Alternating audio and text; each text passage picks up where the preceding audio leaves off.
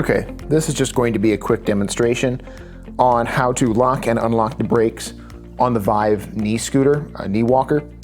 Whether there's 2 brakes, like on this model, or 1, doesn't really matter. It's going to be the same mechanism for locking the brakes.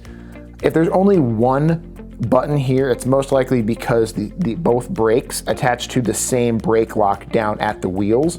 So locking one or the other isn't going to make much of a difference. It's going to engage the lock no matter what. Now, normally just to apply the brakes, you're just going to pull back on the brake levers here. To lock the brakes, what you're going to do is you're going to pull back, and while holding that brake back, you're going to press this button down. Keep that button down while you let off the brake, and you'll see that this little silver button stays depressed.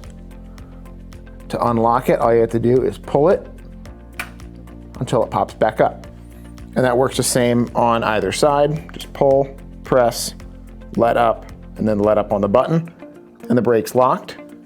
To disengage the lock, just give the brake lever a little squeeze. The button will pop back up, the brake lever will go into its normal spot, and you'll be all set. That's really all there is to it.